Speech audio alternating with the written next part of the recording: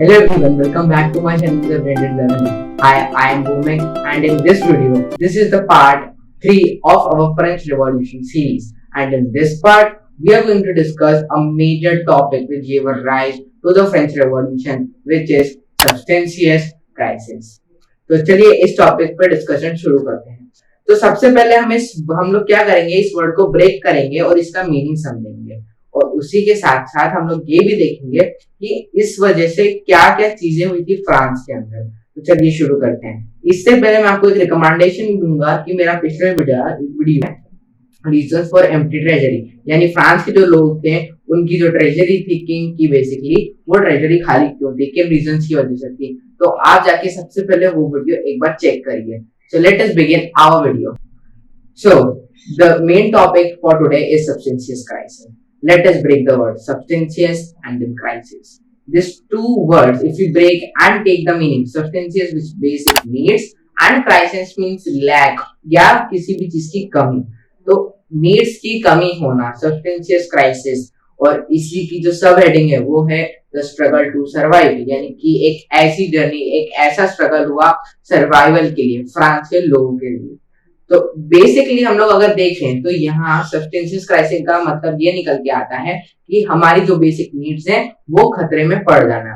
जब ये सारी चीजें जो कि हमको एक बेसिक नीड है, जैसे कि food and house and clothes, तो these are the things which we need in our basic life, and after these things what we need is to maintain them. मतलब अगर ये चीज रहेगी नहीं तो हमारे सर्वाइव बहुत दिक्कत में चले जाएगा, सर्वाइवल बहुत दिक्कत में आ जाएगा, स्ट्रगल हमें भी करना पड़ेगा इन सब चीजों को लेने के लिए।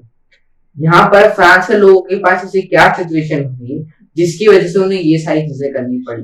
तो पहला रीजन इसके लिए जो आता है वो होता है राइज इन दी पॉपुलेशन। अगर मैं यहाँ बात करूँ इनकी पॉपुलेशन को लेकर, तो हम लोग ईयर वाइज चेक करते हैं, तो 1715 में इनकी पॉपुलेशन थी अराउंड 23 मिलियन, और जैसे साल बढ़ते गए यानी कि 1789 तक इनकी पॉपुलेशन में 28 मिलियन तक का ग्रोथ दिखने लगा, यानी कि टोटल पॉपुलेशन कितनी हुई 28 मिलियन। 5 मिलियन पीपल यहाँ बॉर्न हुए थे इतने सालों में। तो आप देख सकते हैं कि इनकी पॉपुलेशन में कितनी ज्यादा ग्रोथ आई। अब यहाँ पर अगर हम लोग देखें, जब पॉपुलेशन बढ़ेगी लोगों की बेसिक नीड्स बढ़ेगी, और जब बेसिक नीड्स बढ़ेगी तो उन नीड जो प्रोडक्ट्स रहते हैं नीड के, वो प्रोडक्शन में मतलब प्रोडक्शन बढ़ानी पड़ेगी उस चीज के लिए। अगर देखें नीड्स, मैंने जैसे कि बताया food and a house and clothes.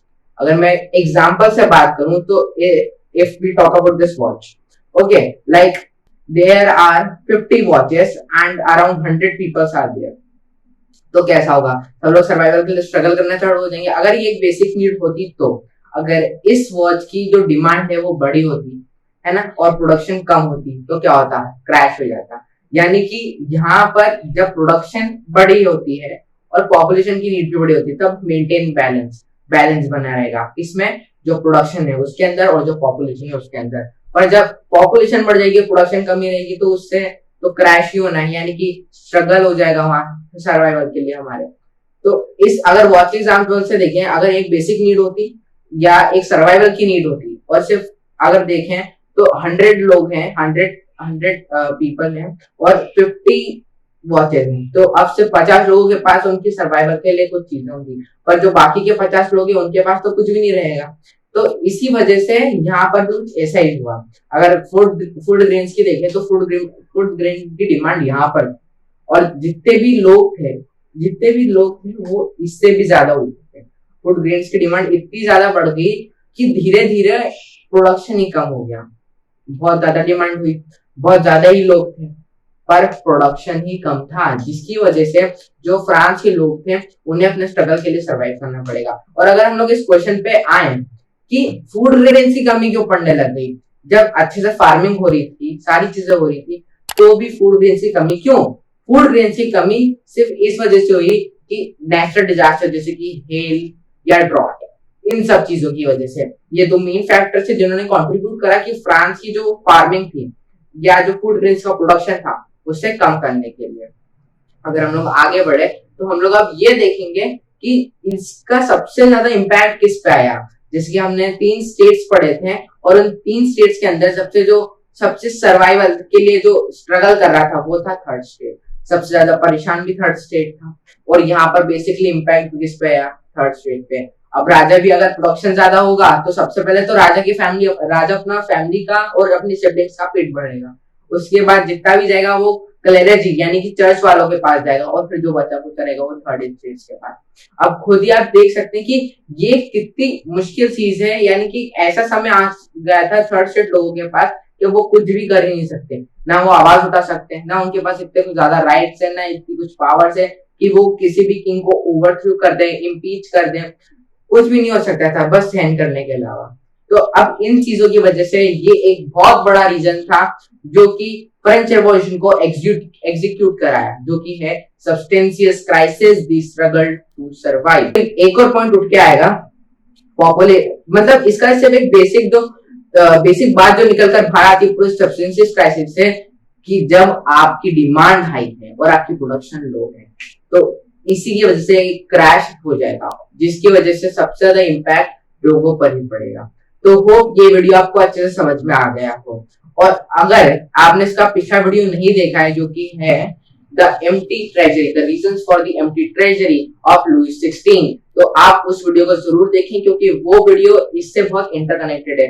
क्योंकि जब उसके पास पैसे ही नहीं थे तो वो प्रोडक्शन बढ़ाता कैसे, तो ये कुछ रीजंस हैं। और साथ ही साथ अगर एक और चीज देखें तो यहाँ एक पॉइंट और उठ के आएगा, जब डिजास्टर्स आए तो उन्हें रिकवर करने के लिए भी पैसे चाहिए। तो ये दोनों पॉइंट्स इंटरकनेक्टेड है। मैं इसकी जो सीरीज चला रहा हूँ उसके अंदर सारे पॉइंट्स इंटरकनेक्टेड मिलेंगे।